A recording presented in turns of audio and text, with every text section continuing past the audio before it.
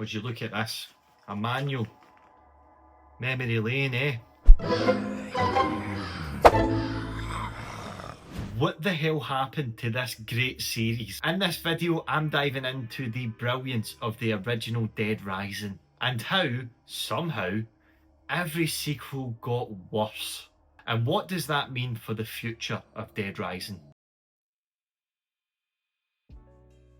The first Dead Rising was something special. To me, the first truly open world zombie game. And not just a big map filled with zombies that we'd see later in the series. This was Dawn of the Dead, the game. Even though this game was not developed, approved or licensed by the owners or creators of George A. Romero's Dawn of the Dead. Did you hear that, lawyers? Sorry little trick, isn't it? Yeah, you got me, Chuck.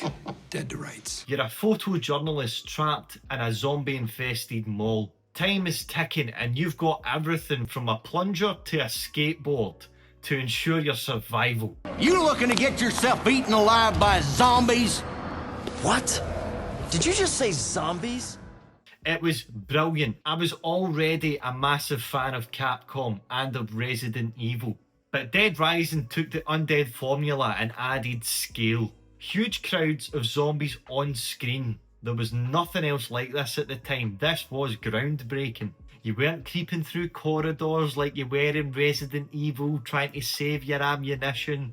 You were fighting through mobs, improvising, panicking and having a hell of a lot of fun. And then there was the tone, slightly camp, B-movie, sometimes absurd, but somehow never cringy.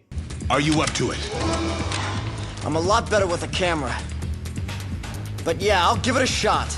It was funny in a weird, uncomfortable way. Frank dropped some legendary lines. I've covered wars, you know. The psychopath boss fights were totally unhinged with amazing cutscenes before them and after.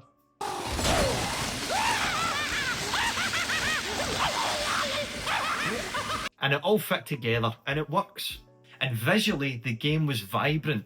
Bright colours, bold outfits, ridiculous weapons. Dead Rising looked like it had personality. That mob was bursting with life, even though most of it was filled with undead. This was something that later games in the series would completely lose sight of. The game also respected your time as a player by challenging you to use it wisely. There was a strict time limit and you could not do everything in one playthrough. You had to make choices. Will you focus on saving survivors, following the main missions, completing side stories? Or do you want to just kill as many zombies as possible during your 3 days in Willamette Parkview Mall? It's completely up to you. Fantastic. It was rough around the edges for sure, but it was replayable, unique and full of character. This seems a little like... Shut your pie hole! You weren't just playing a game, you were learning its rhythm and mastering its chaos. Dead Rising gave you the freedom, but not without consequences. It forced you to think, to act, to fail, and then come back again stronger.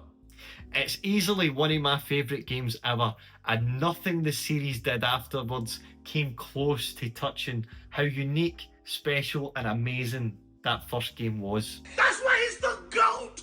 The GOAT! But before we go any further, if you are enjoying this video and you want to help a small channel grow, please check out some of the other videos that I have available and hit subscribe.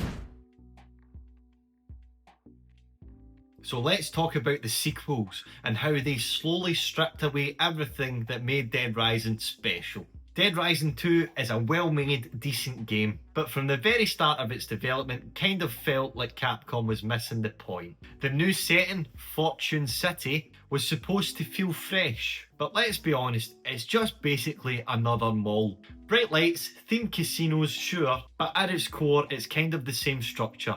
It lacked imagination, I think, and it played it safe. Chuck Green, the protagonist, has more of a serious backstory. He's grounded and sympathetic, but he just doesn't carry the game in the same way that Frank did. That said, there were some strong additions, and this game is not as good as Dead Rising. It comes close. Combo weapons were a fantastic idea, letting you get creative with the carnage. Knife wrench. For kids.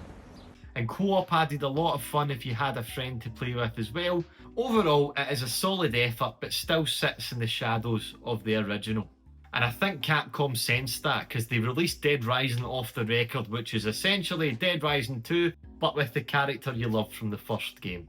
That move said a lot. Fans wanted Frank, and to be fair, Capcom tried to deliver. But instead of building on what made the first game special, they just kind of patched them in and charged you for it. How much does it cost? It's just an additional $1,000 a month. Then we move on to Dead Rising 3, and for me this is where things really start to slide.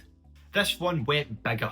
Combo vehicles in a sprawling open city.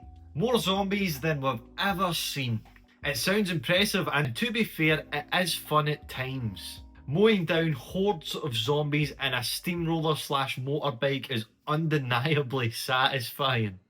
But they made a critical mistake, and they reduced the role of the time mechanics that made the first two games so interesting. And in doing so, lost the elements of challenge and tension that the original had, which helped make it feel so rewarding when you succeeded in the game. And visually, it leaned into that early 2010s realism. Everything was washed out, brown, grey, like Gears of War with zombies. It lost all the colour and personality that made the first two games feel vibrant. And to this day remains an Xbox and PC exclusive. It's yet to make the transition to PlayStation consoles. So not only did it lose its identity, less people could actually play it. And then we get to Dead Rising 4. Or, for PlayStation players, Dead Rising 4, Frank's Big Package. Ha ha ha, ha ha ha ha ha. What's this right here? That's your penis, alright. Funny. This was supposed to be the big comeback, a return to Willamette, the setting for the original game. The return of Frank West, the beloved protagonist from the original game. A holiday setting, bigger map, new combo weapons. A real attempt to capture the old magic. Or at least that's what they told us. In reality, instead of fixing the franchise, Capcom doubled down on all the wrong lessons from the previous three games. They replaced the psychopaths, these iconic, over-the-top, goofy boss fights, with generic maniacs. Because you can't say psychos anymore, but you can say maniacs. Is that why? I've got no idea. The time mechanic that was reduced in Dead Rising 3 completely gone in Dead Rising 4. And Frank, he was back, but in name only. New character model, new voice actor. And they lost that goofy, chaotic charm that made Frank West so iconic in the original. Dead Rising 4 wasn't tense, it wasn't challenging, it wasn't particularly funny in any way or charming. It was just forgettable. And sometimes that's worse than being shite. Sometimes really bad things are funny and memorable. Not this, not Dead Rising 4. Give it a bash, it is a fun enough playthrough and killing zombies is still satisfying. But the original was built for replayability. You were supposed to try, fail, restart and improve. Replay the game multiple times to explore its different endings and different stories you may have missed. But Dead Rising 4, it's a one and done. Once those credits roll, there's really no reason to go back and play this game. And for a series that started with so much charm, creativity and character, that's a hell of a way to go out. Honestly, as a guy who loves the original games and does have a soft spot for the series, I think that's it for Dead Rising.